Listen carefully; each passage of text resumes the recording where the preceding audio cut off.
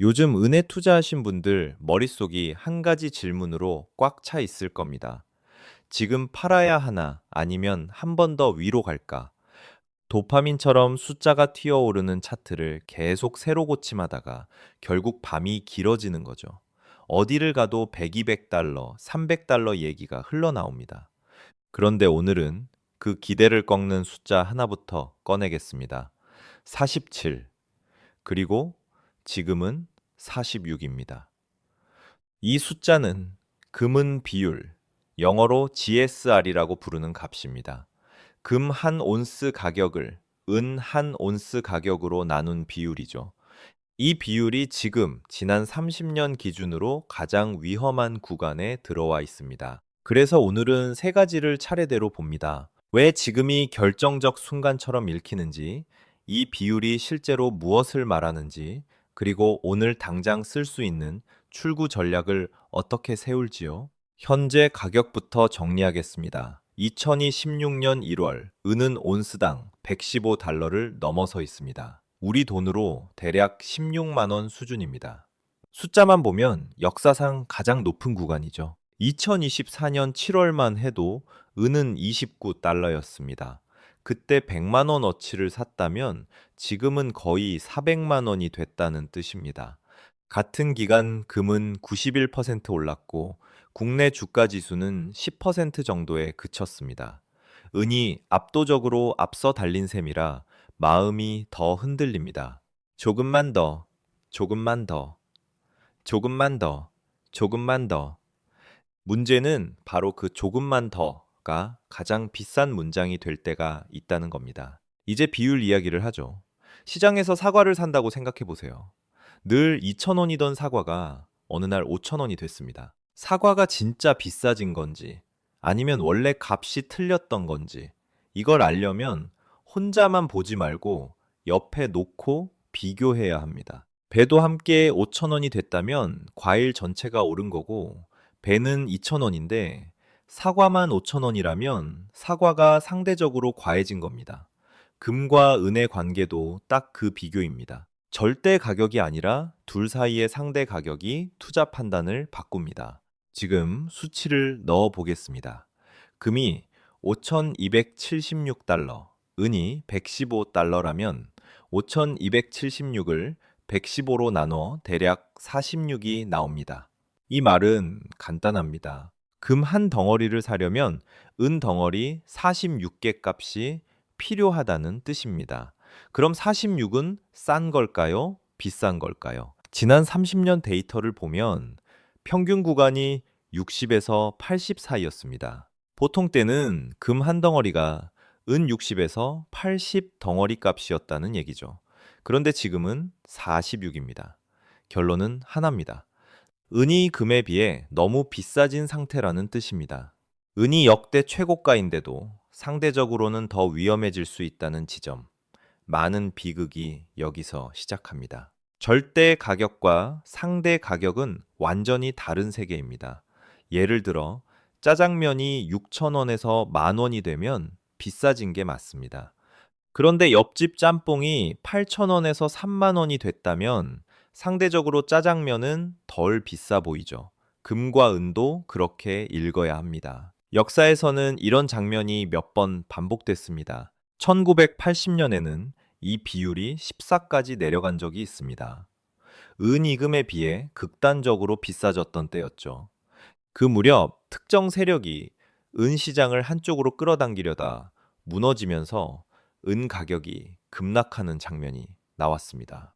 반대로 2020년 팬데믹 공포가 시장을 덮었을 때는 비율이 125까지 치솟았습니다. 그때는 은이 너무 싸졌던 거고 그 구간에서 산 사람들은 높은 수익률을 경험했습니다.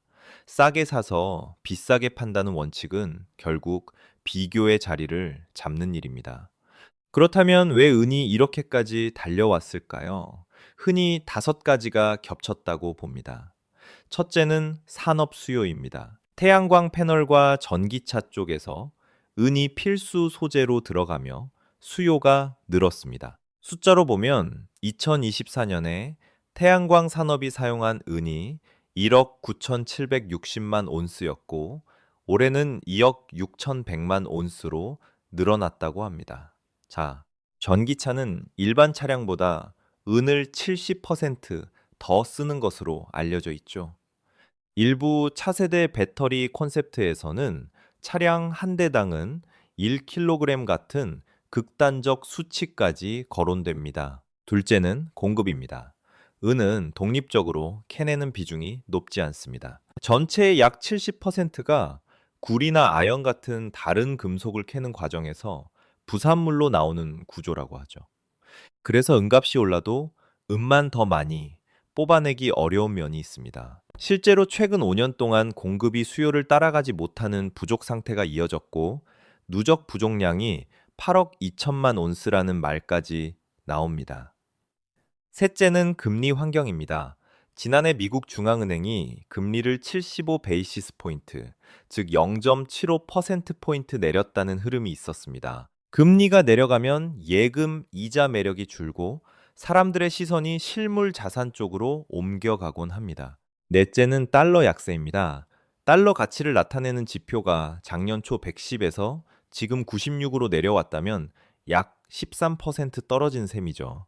달러가 약해지면 달러로 거래되는 금과 은 가격은 상대적으로 밀려 올라가기 쉽습니다. 다섯째는 불안입니다. 관세 강화 같은 거친 신호, 통화 정책을 둘러싼 압박, 이런 소식이 쌓이면 시장은 안전하다고 믿는 쪽으로 도망치려 합니다. 결국 몇 천 년 동안 가치의 언어로 쓰인 금과 은이 선택지로 떠오르는 거죠. 여기서 중요한 건 몇 달러까지 간다가 아닙니다. 달러 가격만 보고 결정을 내리면 시야가 흐려집니다. 달러는 종이이고 정책에 따라 늘어나거나 줄어듭니다. 반면 금과 은은 같은 실물 자산의 영역에 있습니다. 그래서 기준을 바꿔야 합니다. 금을 기준으로 은을 보는 겁니다. 그 관점에서 GSR이 50 아래로 내려간 구간은 역사적으로 은을 줄이고 금을 늘리는 타이밍으로 해석되는 일이 많았습니다. 지금은 46입니다. 이미 더 깊은 쪽으로 들어와 있습니다. 그럼 구체적으로 무엇을 할 수 있을까요?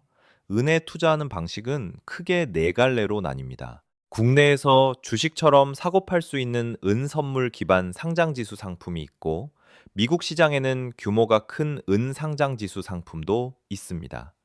실물 은괴를 직접 보유하는 방법도 있고, 은을 소량 단위로 적립하듯 사고 파는 은 관련 계좌형 서비스도 있죠. 각각 장단점은 뚜렷합니다. 국내 상품은 환해지 구조가 들어간 경우가 있어 환율 부담이 줄 수 있고, 미국 상품은 운용 규모가 크지만 매도 시 과세 구조가 부담이 될 수 있습니다.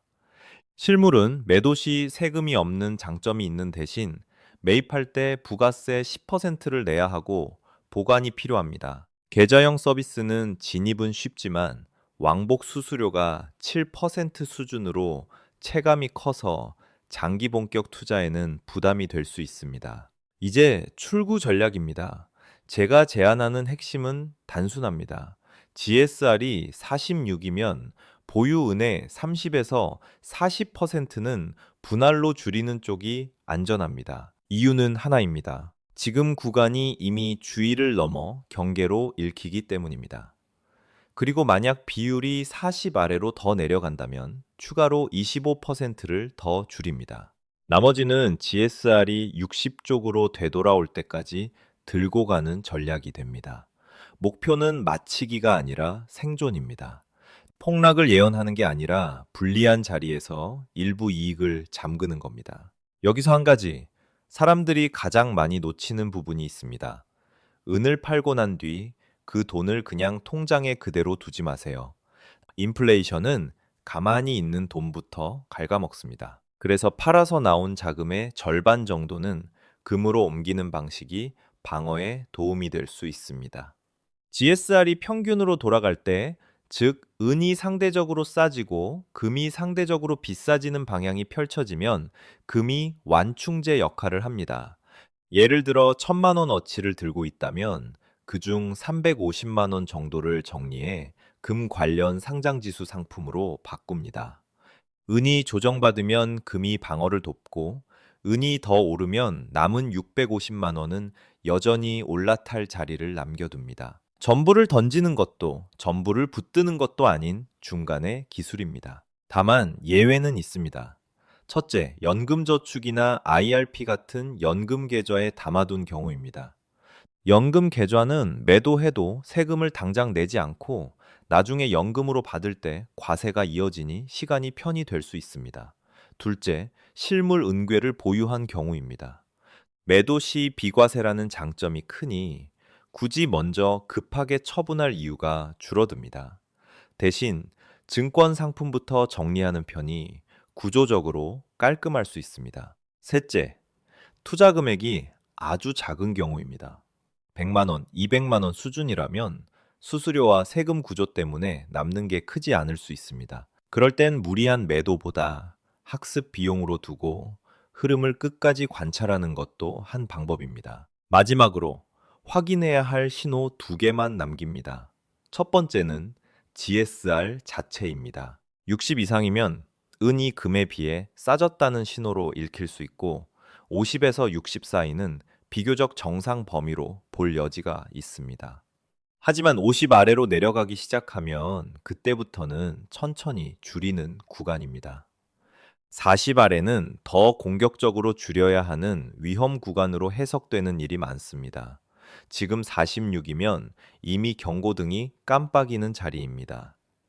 두 번째는 미국 중앙은행의 금리 방향입니다. 금리를 계속 내리는 흐름이라면 귀금속이 강세를 보이기 쉽고 반대로 금리를 올리기 시작하면 귀금속은 약세로 기울 수 있습니다. 금리가 멈춰서 있다면 그땐 서두를 이유가 줄어듭니다. 현재는 금리가 3.5에서 3.75% 구간에서 동결된 상황으로 말해지곤 하고 올해 안에 한두 번 더 내릴 가능성을 언급하는 시각도 있습니다. 그래서 이 환경이 완전히 나쁘다라고 단정할 수는 없습니다. 다만 그렇다고 무조건 더 간다라고 말하기도 어렵습니다.